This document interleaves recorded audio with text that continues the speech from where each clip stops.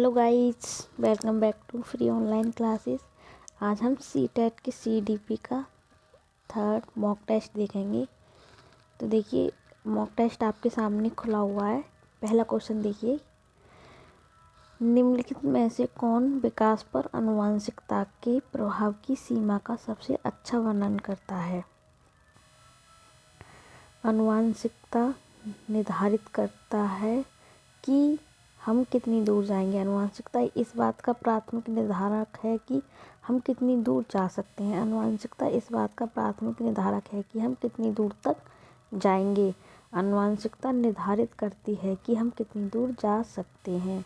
देखिए, सारे ऑप्शन एक जैसे हैं, सिर्फ लैंग्वेज का इसमें डिफरेंस। देखिए, मैं आपको बता दूँ, मैं भी सीटेट को देने वाली हूँ। मैं भी सीटेट एस्पिरेंट हूँ। मैंने भी बीएड फाइनल ईयर के एग्ज़ाम अभी दिए हैं, तो मैं भी आपके साथ साथ ये मॉक टेस्ट लगा रही हूँ। देखते हैं कितनी सही जाते हैं, आप भी लगाइए। तो आप ये नहीं कहना कि हम मेरे गलत जा रहे हैं, क्योंकि मैं भी आपकी तरह एक स्टूडेंट ही हूँ। अभी मैं कोई टीचर नहीं हूँ अभी, लेकिन हाँ, यूट्यूब पर मेरा चैनल है। मैं 6, 7, 8 क्लास के बच्चों को पढ़ाती हूँ। तो मैंने सोचा सीटेट की प्रिपरेशन कर रही हूँ, मॉक टेस्ट दे रही हूँ, तो क्यों ना इसकी वीडियो बनाकर भी डाल दी जाए, ताकि और भी लोगों को इसका फ़ायदा हो सके। तो देखिए, इसमें जो लैंग्वेज मुझे लग रहा है, इसका आनुवंशिकता इस बात का प्राथमिक निर्धारक है कि हम कितनी दूर जा सकते हैं। ये इज़ द राइट आंसर। देखिए, हमारा करेक्ट आंसर है। सेकंड क्वेश्चन देखते हैं। लॉरेंस कोहलबर्ग के नैतिक विकास के सिद्धांत के किस चरण में बच्चे दूसरों के विचारों की उपेक्षा करने की बजाय अधिकार और नकारात्मक परिणामों के डर पर ध्यान केंद्रित करते हैं। सजा और आज्ञाकारिता विन्यास, अच्छा लड़का अच्छी लड़की अभिविन्यास, कानून और व्यवस्था अभिविन्यास, सामाजिक अनुबंधन अभिविन्यास। तो ये आएगा सजा और आज्ञाकारिता अभिविन्यास को क्या करते हैं। देखिए, इसके कोहलबर्ग के बारे में सॉल्यूशन में क्या दे रखा है वो डिटेल से पढ़ लेते हैं। कोहलबर्ग का नैतिक विकास का सिद्धांत एक सिद्धांत है जो इस बात पर केंद्रित करता है कि बच्चे नैतिकता, कोहलबर्ग ने नैतिकता का सिद्धांत दिया और नैतिक तर्क कैसे विकसित करते हैं। कोहलबर्ग का सिद्धांत बताता है कि नैतिक विकास 3 स्तरों में होता है और प्रत्येक स्तर के 2 चरण होते हैं। सिद्धांत यह भी बताता है कि नैतिक तर्क मुख्य रूप से निर्णय की खोज और उसे बनाए रखने पर केंद्रित है। यह बच्चों के धर्मी निर्णय के बारे में जीन पियाजे के विचार पर आधारित है। देखिए, की पॉइंट्स क्या दे रखे हैं इसके सॉल्यूशन के। नैतिक विकास के चरण, कोहलबर्ग के सिद्धांत को 3 प्राथमिक स्तरों में विभाजित किया गया है। कौन कौन से। पूर्व परंपरागत नैतिकता जो 4 से 10 वर्ष की होती है। उसमें क्या होता है कि पूर्व परंपरागत नैतिकता नैतिक विकास की प्रारंभिक अवधि है। इस आयु में बच्चों के फैसले मुख्य रूप से वयस्कों की अपेक्षा और नियमों को तोड़ने के परिणामों के आकार लेते हैं। इस स्तर पर 2 चरण हैं, आज्ञाकारिता और सजा का चक्र। इस नियम में नियमों को निश्चित और निष्पक्ष रूप में देखते हैं बच्चे। नियमों का पालन करना महत्वपूर्ण है, क्योंकि यह सजा से बचने का एक तरीका है। इसमें बच्चे दूसरों के विचारों की अपेक्षा करने के बजाय अधिकार और नकारात्मक परिणामों के डर पर ध्यान केंद्रित करते हैं। दूसरा चरण है भाग उद्देश्य अभिविन्यास। नैतिक विकास के व्यक्तिगत दृष्टिकोणों को दिखाते हैं और व्यक्तिगत जरूरतों को पूरा करने के लिए क्या करते हैं जी, पूरा करने के आधार पर कार्यों का निर्णय करते हैं। अगला स्तर है पारंपरिक नैतिकता, जो 10 से 13 वर्ष के लिए। नैतिक विकास की अगली अवधि सामाजिक नियमों की स्वीकृति से चिन्हित होती है कि क्या अच्छा है और क्या नैतिक है। इस समय के दौरान किशोर और वयस्क अपने आदर्शों और समाजों से सीखी गई नैतिक मानकों को आत्मसात करते हैं। अच्छा लड़की अच्छा लड़का विन्यास। नैतिक विकास के पारस्परिक संबंधों का यह चरण सामाजिक अपेक्षाओं और भूमिकाओं पर खरा उतरने पर केंद्रित है। सामाजिक व्यवस्था बनाए रखना, यह चरण सुनिश्चित करने पर केंद्रित है कि सामाजिक व्यवस्था बनी रहे। उत्तर परंपरागत नैतिकता 13 से 16 वर्ष के लिए आती है। इस नैतिक विकास के स्तर पर लोग नैतिक के अमूर्त सिद्धांतों को की समझ विकसित हो जाती है उनके अंदर। सामाजिक अनुबंधन और व्यक्तिगत अधिकार। इस स्तर पर लोगों का मानना है कि समाज को बनाए रखने के लिए कानून के नियम महत्वपूर्ण हैं, लेकिन समाज के सदस्यों को इन मानकों पर सहमति होना चाहिए।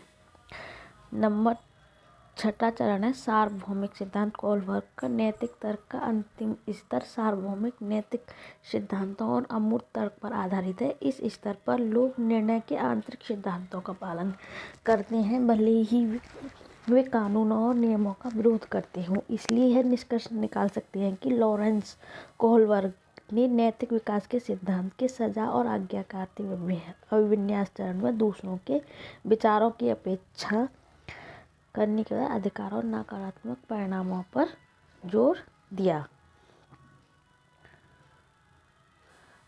नेक्स्ट क्वेश्चन देखेंगे जी, निम्नलिखित में से कौन सी सीखने की अवस्था नहीं है? पढ़ने से पहले की तैयारी, सीखने की प्रक्रिया, बाहरी प्रक्रिया चरण, शिक्षण के बाद की तैयारी। सीखने की अवस्था कौन सी नहीं है? बाहरी प्रक्रिया चरण जो होता है। पढ़ने से पहले हमें तैयारी, कुछ भी सीखने के लिए हमें पढ़ने से पहले तैयारी करनी पड़ती है। सीखने की प्रक्रिया भी इसमें सम्मिलित है। क्या है? बाहरी प्रक्रिया चरण की बाहरी चरण नहीं है इसमें शामिल। नेक्स्ट क्वेश्चन देखिए फटाफट से। कक्षा शिक्षक अभिषेक ने देखा कि उनके छात्रों को सीखने में कठिनाई पैदा करने वाले कई कारक हैं। सीखने की कठिनाइयों के चरण की पहचान करने के बाद उन्होंने छात्रों को उपयुक्त उपचारात्मक उपाय प्रदान करने का निर्णय लिया। उनके द्वारा उपलब्ध कराए गए उपचारात्मक उपाय निम्न में से किस रूप में हो सकते हैं? छात्रों को उचित परामर्श देना, छात्रों की शारीरिक और मानसिक उपचार, छात्रों के दृष्टिकोण को बदलते दृष्टिकोण का अध्ययन। उपयुक्त सभी, इसमें उपयुक्त सभी आएगा क्योंकि जो भी छात्रों की कठिनाइयाँ हैं उनको सॉल्व करने के लिए, उस समस्या को सॉल्व करने के लिए इसमें सारे जो ऑप्शन दे रखे हैं वो पॉजिटिव दे रखे हैं, तो इसका जो आंसर है वो उपयुक्त सभी में जाएगा। अगर इसमें एक दो ऑप्शन नेगेटिव होता है तो हमें सोचना पड़ता, उपयुक्त सभी नहीं होता। अगर सारे पॉजिटिव दे रखे हैं तो आंसर हमेशा किसी भी क्वेश्चन का हो, इस तरह के जो क्वेश्चन होते हैं अगर उनमें सारे ऑप्शन पॉजिटिव दे रखे हैं तो आंसर हमेशा उपयुक्त सभी ही होगा। नेक्स्ट क्वेश्चन देखा। बड़े भाई के खिलौना छिपाने पर करण खिलौने की तलाश करता है, उसे ढूंढ लेता है। प्याजे के अनुसार करण की आयु 0 से 2 ईयर्स। जो छोटे बच्चे होते हैं उनको अगर खिलौने छुपा देते हैं वो किसी न किसी तरह ढूंढ लेते हैं, उनके अंदर क्या मेमोरी डेवलप होने लग जाती है। राम, सीता और गीता 3 शिक्षार्थी हैं जो अंग्रेजी सीखती हैं। रमा को यह विशेष रूप से रुचिकर लगती है, उसे लगता है कि यह उसके भविष्य में लाभदायक होगी। सीता अंग्रेजी पढ़ती है क्योंकि वह कक्षा में प्रथम आना चाहती है। गीता अंग्रेजी इसलिए पढ़ती है क्योंकि उसे मुख्य दिलचस्पी केवल उत्तीर्ण ग्रेड प्राप्त करना है। अब इन तीनों के उद्देश्य हैं, देखिए इन तीनों के उद्देश्य। जो हमारी रमा है वह विशेषकर रुचि रखती है तो निपुणता होगी, निपुणता से ही हम इस ऑप्शन को हम करेक्ट कर सकते हैं। नेक्स्ट क्वेश्चन देखिए। रवि का कहना है कि 10 बिस्किट जब एक साथ बंडल में होती हैं तो वे फैलाई जाने की तुलना में कम होती हैं। जीन प्याजे के अनुसार रवि में है पूर्व संक्रियात्मक अवस्था। देखिए इसके बारे में हम थोड़ा पढ़ लेते हैं। जीन प्याजे ने कौन कौन सी संक्रियात्मक अवस्थाओं के बारे में बताया था। देखिए स्विस मनोवैज्ञानिक जीन प्याजे बाल विकास पर अपने कार्य के लिए प्रसिद्ध है। उन्होंने अपने सिद्धांत में संज्ञानात्मक विकास का एक व्यवस्थित अध्ययन किया जिसे 4 अवस्थाओं में वर्गीकृत किया गया है। पूर्व संक्रियात्मक अवस्था जो लगभग 2 से 6 या 7 वर्ष तक की आयु होती है। पूर्व संक्रियात्मक अवस्था, इस अवस्था में बच्चा यह मान लेता है कि अन्य लोग भी ठीक वैसा ही महसूस करती हैं, देखती हैं, सुनती हैं जैसा बच्चा करता है। इस अवस्था में बच्चे को विचार की अपरिवर्तनीय संरक्षण की अवधारणा के साथ समस्याओं का सामना करना पड़ता है तथा केंद्रीकरण के विचार से संघर्ष करना पड़ता है। देखिए जीन प्याजे के संज्ञानात्मक विकास की 4 अवस्थाएं गामक अवस्थाएं जो जन्म से 2 वर्ष तक होती है। इसमें क्या होता है, बच्चा इंद्रियों और क्रियाओं के माध्यम से दुनिया को देखता है। विकास बच्चे की इंद्रिय गति के प्रयोग को शुरू कर देती है। वस्तु स्थायित्व विकास करता है। दूसरी होती है 7 से 12 वर्ष, जिसे हम मूर्त संक्रियात्मक अवस्था कहते हैं। मूर्त अंकगणितीय संचालन करता है। संख्या, द्रव्यमान, वजन का संरक्षण प्राप्त करता है। परिचालन सोच विकसित हो जाती है इस वाली अवस्था में। फिर होती है अमूर्त संक्रियात्मक अवस्था 12 और उससे अधिक। इसमें अधिक परिपक्व तर्क की संभावना आ जाती है बच्चों के अंदर।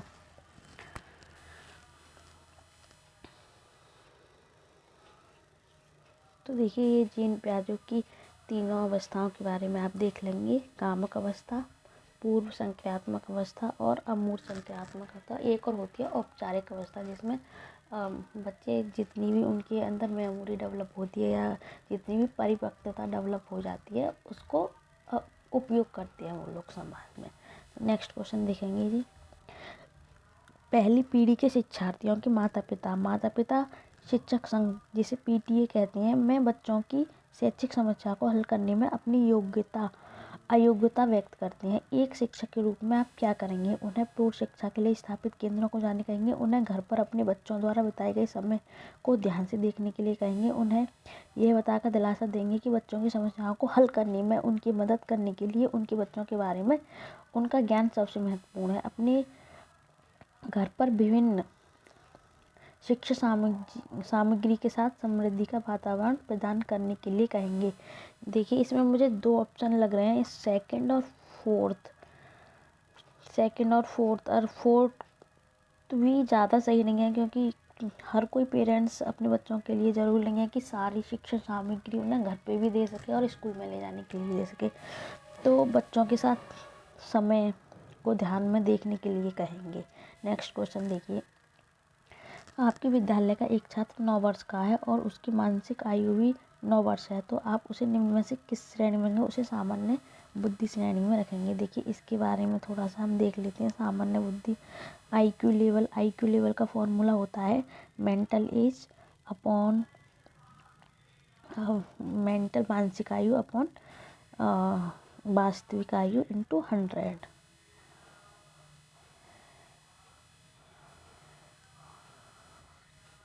देखिए मानसिक आयु से रिलेटेड ये देख लेते हैं कौन कौन सी। देखो बुद्धि वर्गीकरण, बुद्धि सीमा दे रखा है। देखो जो 140 से ऊपर हैं वो प्रतिभाशाली बच्चे होते हैं। 130 139 बहुत श्रेष्ठ।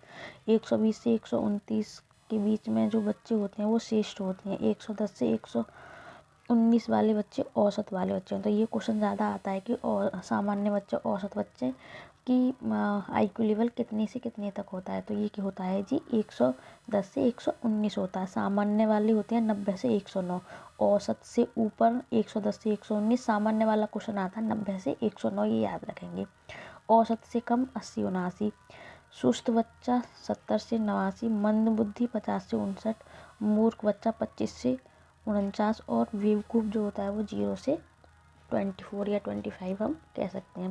देखो 3 क्वेश्चन अब इसमें आ रहा है। एक तो प्रतिभाशाली, जिसकी IQ लेवल अगर 140 से ऊपर होता है उसे हम प्रतिभाशाली कहते हैं। ये देखिए प्रतिभाशाली, उसे हम प्रतिभाशाली कहते हैं।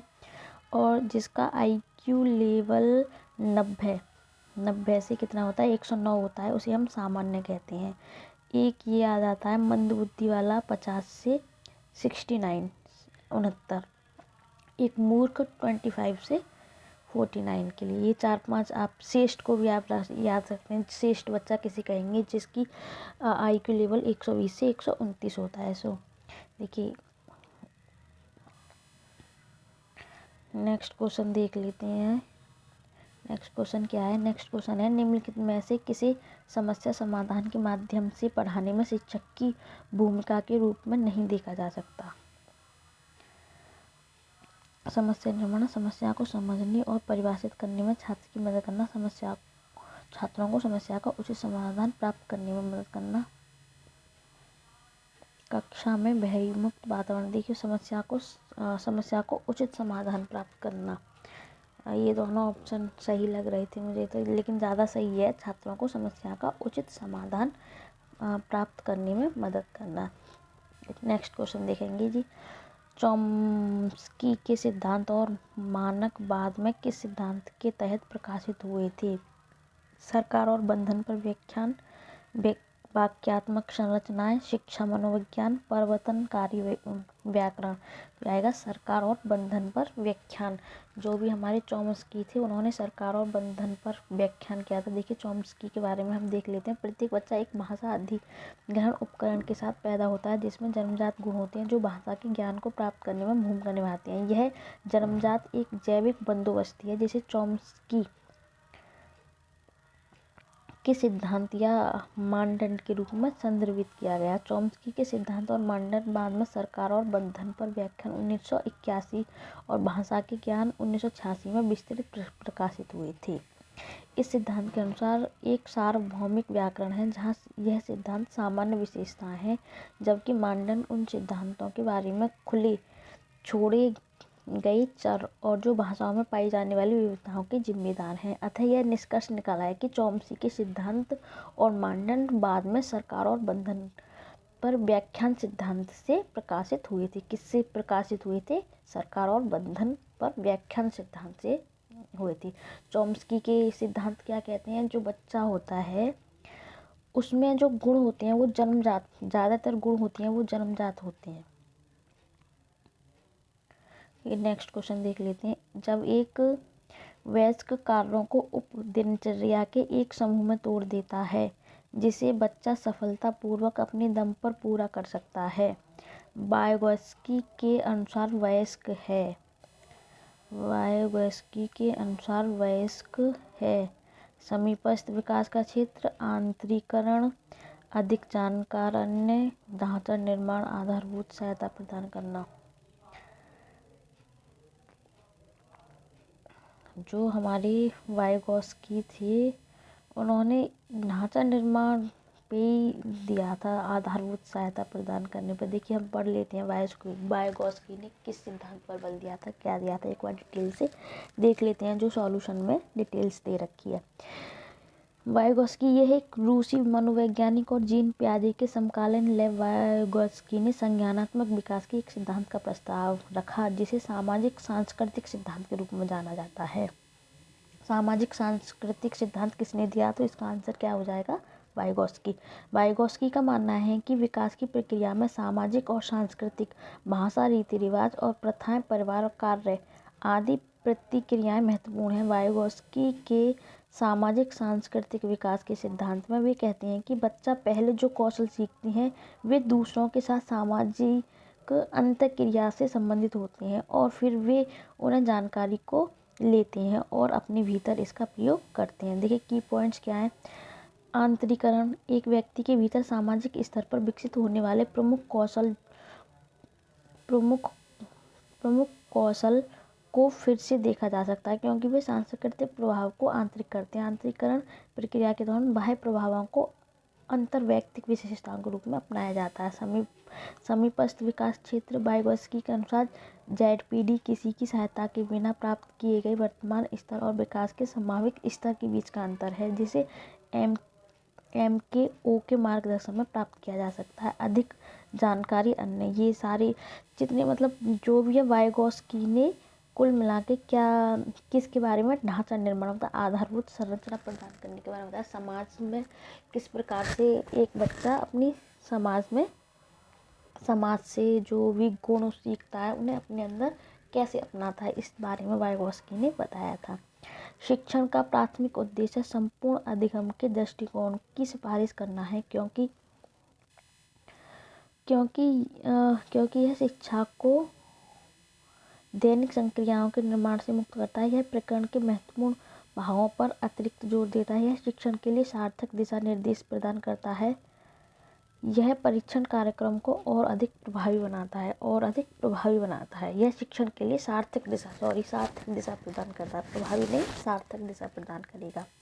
क्या शिक्षण का प्राथमिक उद्देश्य है। ओके, नेक्स्ट क्वेश्चन देखते हैं।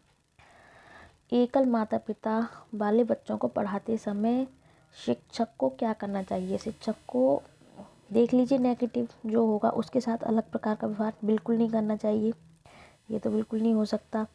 उसे करने के लिए कम दत्त कार्य करना चाहिए, ये भी नहीं हो सकता। उसे स्थिर और सामान्य वातावरण प्रदान करना चाहिए, जी नहीं।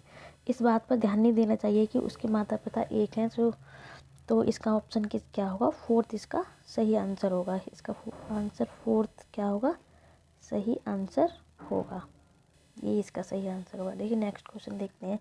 किस अवस्था में बच्चों में नई खोज करने और घूमने की प्रवृत्ति बहुत ज़्यादा बढ़ जाती है? ये होती है प्रारंभिक बाल्यावस्था में। जो बच्चे होते हैं उन्हें बहुत ज़्यादा घूमना फिरना, प्रारंभिक बाल्यावस्था हम कह सकते हैं 2 से 5 वर्ष तक प्रारंभिक बाल्यावस्था। इस अवस्था में बच्चा 1 साल के होने के बाद ही बहुत ज़्यादा घूमना फिरना उसे पसंद हो जाता है। दिए गए कथनों का अध्ययन कीजिए और उसे सही उत्तर का चयन कीजिए। पर्यावरण में समायोजित करने की क्षमता को बुद्धि कहते हैं। बुद्धि एक विशेष प्रकार को इंगित करती है। देखिए इसमें दोनों सही हैं, दोनों सही हैं। इसमें पर्यावरण में समायोजन बुद्धि होगी जब हम पर्यावरण में समायोजन कर पाएंगे, और बुद्धि एक विशेष क्षमता को इंगित करता है। बुद्धि के बारे में और देख लेते हैं क्या क्या है। बुद्धि एक समावेशी शब्द है जो संबंधित क्षमताओं मन की विशेषताओं को वर्णन करती है, जैसे कि अमूर्त विचार, तर्क विचार, योजना, समस्या समाधान, संचार, अधिगम की क्षमता। इंटेलिजेंस शब्द उत्पत्ति लैटिन शब्द इंटेलिग्री से हुई है। देखिए समायोजन करने की क्षमता, बुद्धि के लक्षण, सीखने की क्षमता, अमूर्त चिंतन बुद्धि का एक, और ये है एक विशेष प्रकार के उसको इंगित करती है। देखिए नेक्स्ट क्वेश्चन देखते हैं। अभिप्रेरणा के सिद्धांतों के अनुसार एक शिक्षक किसके द्वारा अधिगम को बढ़ावा देता है? एक शिक्षक के रूप में इस बात का ध्यान रखना चाहिए कि बच्चे नैतिक व्यवहार करें, विद्यार्थियों से किसी प्रकार की उपेक्षा ना करना, छात्रों से वास्तविक अपेक्षाएं करना, छात्रों को अध्ययन के लिए मजबूर करना।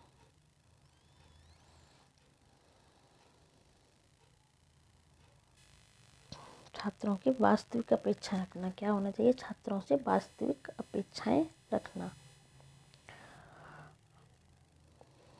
प्रेरणा के सिद्धांत के अनुसार, देखिए प्रेरणा के सिद्धांत के अनुसार ये बताया गया है कि शिक्षक को छात्रों से यथार्थवादी वास्तविक अपेक्षाएं रखनी चाहिए। प्रेरणा के सिद्धांतों में बताया गया है। ओके, तो नेक्स्ट क्वेश्चन देख लेते हैं।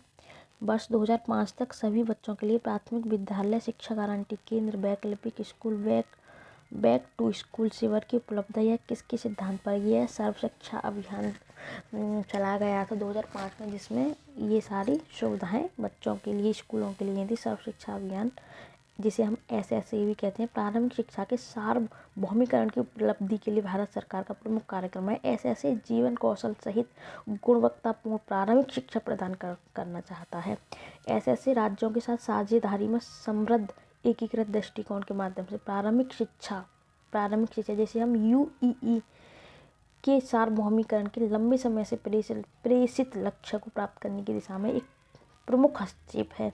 प्राथमिक विद्यालय की उपलब्धता, शिक्षा गारंटी केंद्र, वैकल्पिक स्कूल, ब्रिज कोर्स, उपचारात्मक पाठ्यक्रम, स्कूल से बाहर के बच्चों को नियमित स्कूलों में मुख्य धारा में लाने पर ध्यान देने वाले शिविर भी इस योजना के तहत शामिल है। SSA के विशिष्ट उद्देश्यों में निम्नलिखित 2003 तक सभी बच्चों को स्कूल EGC सेंटर, वैकल्पिक school, back to school camp में लाना। 2007 तक सभी बच्चों को प्राथमिक शिक्षा 5 साल से पूरे कराना। 2010 तक सभी बच्चों को 8 साल की स्कूली शिक्षा पूरी कराना। जीवन के लिए शिक्षा पर जोर देने के साथ संतोषजनक गुणवत्ता की प्रारंभिक शिक्षा प्रदान करना। 2007 तक प्राथमिक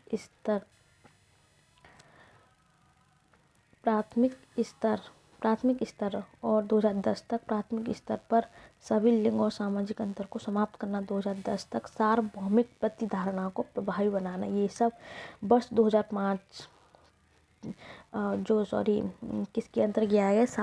सर्व शिक्षा अभियान SSA के अंतर्गत ये सारी चीज़ें की गई थी। इन सबको आप एक बार रीड कर लीजिए, तो ये कुछ भी क्वेश्चन बन सकता है। देखिए नेक्स्ट क्वेश्चन देखते हैं। दो अमूर्त चीज़ों के बीच के संबंध को देखने के लिए बच्चा किस स्तर पर काल्पनिक समस्याओं के बारे में तर्क करना सीखता है? किसके औपचारिक संज्ञानात्मक तर्क कब आता है बच्चे में, जब वह कौन सी स्टेज पे पहुंचा है, वो जब वो औपचारिक स्टेज पर पहुंच जाता है तो उसके अंदर तर्क आ जाता है। देखो गत्यात्मक अवस्था जो बचपन होता है 0 से 2 ईयर्स तक होता है, बच्चा सिर्फ चीज़ों को पहचानना सीखता है, कह सकते हैं पहचानना सीखता है। फिर जब बच्चा 7 से उसमें आता है बच्चा, तो उसके अंदर मेमोरी डेवलप होने लग जाती है। सामाजिक रूप से जैसे उसे पर्यावरण मिलता है उससे वो सीखता है और करने लगता है। और ये औपचारिक संज्ञानात्मक अवस्था में क्या होता है, बच्चे के अंदर तर्क आ जाता है कि हमें ये काम करना चाहिए कि नहीं करना चाहिए, उसे एक अपनी समझ डेवलप हो जाती है। ये सारी तीनों चारों अवस्थाओं को आप सही से पढ़ लीजिए, इसमें 2-4 क्वेश्चन बन ही जाते हैं। ठीक है, नेक्स्ट क्वेश्चन देखें। विद्यालय आधारित आकलन के बारे में सही कथन कौन सा है? शिक्षण अध्ययन आकलन को एकीकृत करना, यह बाल केंद्रीय और गतिविधि आधारित शिक्षण विधि है। यह कौशल और दक्षताओं के निरंतर विकास पर केंद्रित है। उपयुक्त सभी, ये उपयुक्त क्योंकि सारे पॉजिटिव क्वेश्चन दे रखे हैं तो उपयुक्त सभी में ही जाएगा। शिक्षार्थियों की त्रुटि प्राय किसका संकेत देती है? शिक्षार्थियों की त्रुटि प्राय वे कैसे सीखते हैं, त्रुटि कहते हैं वे कैसे सीखते हैं, कॉन्सेंट्रेट करके नहीं सीखते, उनका ध्यान नहीं रहता सीखने में, तो ये इसका सही आंसर है।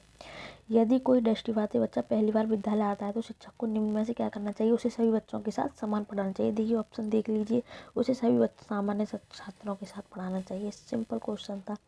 वाइगोत्स्की ने शिक्षण अधिगम की प्रक्रिया में किस पर बल दिया? उसने सहयोगात्मक पर दिया था। ये क्वेश्चन पहले भी आ चुका है। वाइगोत्स्की ने सहयोगात्मक में, जो समाज से बच्चे सहयोग करना सीखते हैं कि कैसे समाज में लोग एक दूसरे का सहयोग करते हैं, वो अपने अंदर डेवलप करते हैं उन सब चीज़ों को, वो वाइगोत्स्की ने कहा था। संगठनात्मक समाजीकरण से क्या तात्पर्य? संगठनात्मक समाजीकरण से यह वह प्रक्रिया है जिसके द्वारा कर्मचारी अपने संगठन की भूमिका के लिए आवश्यक ज्ञान और कौशल को सीखता है।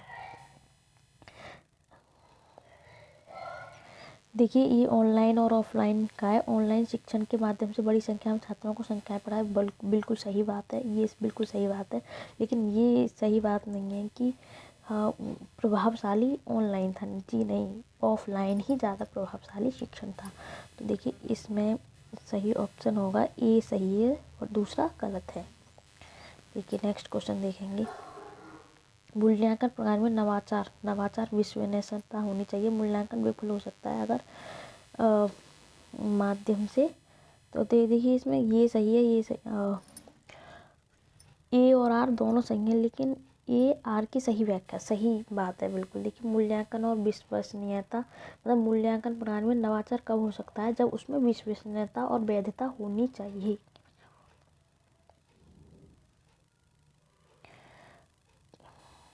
विफल कब होगा? जब उसमें वेदनाता हो। तो देखिए अगला क्वेश्चन देख रहे हैं। निम्न में से कौन सा अधिगम अक्षमता का लक्षण है? अक्षमता का लक्षण है प्रेरणा की कमी, भागने की प्रवृत्ति, आमदारी प्रतिरोध विकार, अशांत ऊर्जावान विनाशकारी होना। अशांत ऊर्जावान विनाशकारी होना, वह अगर बच्चा ऐसा होगा तो वह अधिगम नहीं कर पाएगा। छोटा बच्चा शुरुआत में एकल अस्थिर शब्द बोलना सीखता है, फिर बाद में वह वाक्यों को बोलना सीखता है। यह कौन सा सिद्धांत है? विकास एक रूप का वाक्य सामान्य से विशिष्ट विकास, निरंतर विकास एकीकरण की ओर ले जाता है। विकास एकीकरण के पहले बच्चा छोटी छोटी चीज़ें भी सीखता है, शब्द सीखता है, फिर वाक्य सीखने लग जाता है, दो शब्द मिला के। राम को उसके माता पिता एक निश्चित कार्य के लिए करने के लिए कहते हैं, जिसे वह उपहार के आदान प्रदान के लिए प्रदर्शन करने के लिए सहमत होता है। कोलबर्ग के नैतिक सिद्धांत की कौन सी अवस्था व्यक्त करता है? कौन सी अवस्था करेगा इसमें? स्वरुचि चालित अवस्था। अच्छा, स्वरुचि चालित अवस्था इसमें व्यक्त करेगा। नेक्स्ट क्वेश्चन देख लेंगे। राष्ट्रीय पाठ्यचर्या की रूपरेखा NCF 2005 अनुशंसा करती है। एकीकृत ज्ञान और समझ के लिए विषय की सीमाओं को कठोर किया जाना चाहिए। पाठ्य पुस्तकों और अन्य सामग्रियों में स्थानीय ज्ञान और पारंपरिक कौशल शामिल होना चाहिए। स्कूल को एक प्रेरक वातावरण प्रदान करना चाहिए जो घर और समुदाय के प्रति प्रतिक्रिया करता हो। इसमें देखिए बी और सी मुझे सही लग रहा है, देखते हैं बी और सही, सी इसका सही आंसर है। देखिए एनसीईआरटी इम्पोर्टेंट टॉपिक है, इसके बारे में हम देख लेते हैं क्या क्या दे रखा है सॉल्यूशन में। राष्ट्रीय पाठ्यचर्या की रूपरेखा 2005 भारतीय स्कूल के साथ साथ शिक्षा को फिर से जीवंत करने के लिए एक महत्वपूर्ण दस्तावेज है। एनसीईआरटी 2005 के मार्गदर्शक सिद्धांत ज्ञान को स्कूल के बाहर के जीवन से जोड़ने पर जोर देते हैं। यह सुनिश्चित करते हैं कि सीखना रटने के तरीकों को दूर हो गया है आदि। एनसीईआरटी 2005 अनुशंसा करता है कि पाठ्य पुस्तकों और अन्य सामग्रियों में स्थानीय ज्ञान, पारंपरिक कौशल शामिल होना चाहिए। यह शिक्षण के दौरान पाठ्य पुस्तकों के अलावा अन्य सामग्री को भी शामिल करने के लिए अनुमति देता है, ताकि अर्जन के एक मनोरंजन गतिविधि बना दिया जाए, अर्जन को एक मनोरंजन तरीके से बना दिया जाए। बच्चों को समुदाय और स्थानीय वातावरण प्रारंभिक संदर्भ बनाते हैं जिसमें अधिगम होता है और जिसमें ज्ञान अपना महत्व प्राप्त करता है। यह पर्यावरण के साथ अंतःक्रिया में है कि बच्चा ज्ञान का निर्माण करता है और अर्थ प्राप्त करता है। स्कूल को एक प्रेरक वातावरण प्रदान करना चाहिए जो बच्चे के घर और समुदाय वातावरण के प्रति प्रतिक्रिया करता हो। तो thank you everyone for watching this video. इस वीडियो में हमने सीडीपी के 30 क्वेश्चन किए जो प्रीवियस ईयर 2020 का पेपर है, 21 या 20 का पेपर है, जिसमें ये सारे क्वेश्चन आपको एज इट इज मिल जाएंगे। वीडियो को लाइक शेयर करें, चैनल को सब्सक्राइब करें। Thank you everyone, take care, bye bye.